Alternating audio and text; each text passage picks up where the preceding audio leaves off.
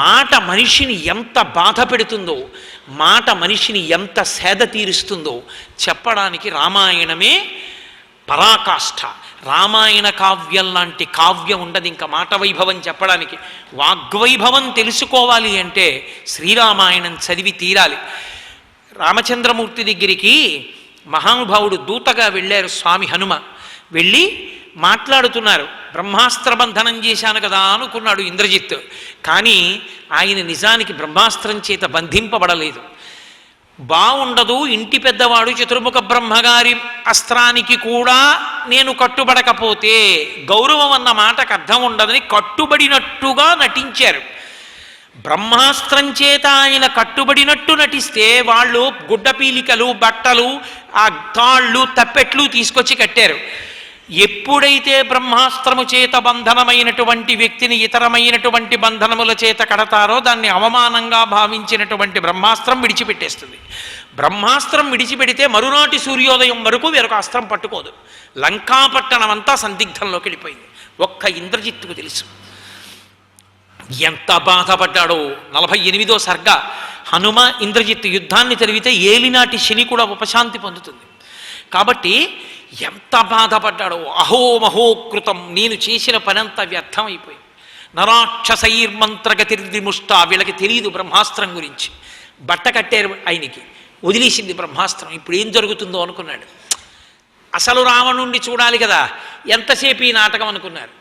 ఆయన్ని కట్టి ఈడ్చి తీసుకెళ్ళి నించోబెట్టారు. చూశారు ఆయన, హనుమ రావణుణ్ణి చూశారు, రావణుడు హనుమని చూశారు. తేజోవంతుడికి, బలవంతుడికి, ధర్మాన్ని నమ్ముకున్న వాడికి భయం ఉండదు. హనుమ అన్నారు, అహోరూప మహోధైర్య మహోసత్వ మహోద్యుతి అహో రాక్షసరాజస్య సర్వలక్షణయుక్తత. ఏమి తేజస్సు, ఏమి పరాక్రమం, ఏమి ద్యుతి. ఆ ధర్మం లేకపోతే 3 లోకాలు పరిపాలించవలసిన వాడు అనుకున్నారు.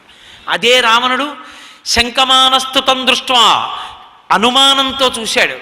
ఒకానొకప్పుడు నేను హిమాలయ పర్వత ప్రాంతంలో పరమశివుడు తపస్సు చేసుకుంటున్నప్పుడు కదిపేస్తే నందీశ్వరుడు వచ్చి నవ్వితే, నేను ఆ నందీశ్వరుణ్ణి చూసి నవ్వితే, నందిని నేను కోతిముఖం వాడా అంటే నన్ను కోతిముఖం వాడా అన్నావు కాబట్టి వానరముఖాలతో ఉన్న వాళ్లే వచ్చే లంకాపట్టణాన్ని సర్వనాశనం చేస్తారని చెప్పించాడు. ఆ నందీశ్వరుడు వచ్చాడా? కిమేష భగవాన్ నంది భవే సాక్షాద్యహాగత ఏన శప్తోస్మి కైలాసే మయా సంచలితే పురా. ఆ నందీశ్వరుడు వచ్చాడా అని భయపడ్డాడు. ఎప్పుడూ భయపడతాడు తప్పు చేసినవాడు, ఎప్పుడూ సంతోషంగా ఉంటాడు, ధైర్యంగా ఉంటాడు, ధర్మాన్ని నమ్ముకున్నవాడు. ప్రహస్తుణ్ణి పిలిచాడు. ఎవరి పనుపునొచ్చాడు? ఎందుకు వచ్చాడు? ఎందుకు లంకాపట్టణాన్ని, ఎందుకు అశోకవనాన్ని ధ్వంసం చేశాడు? అడుగు.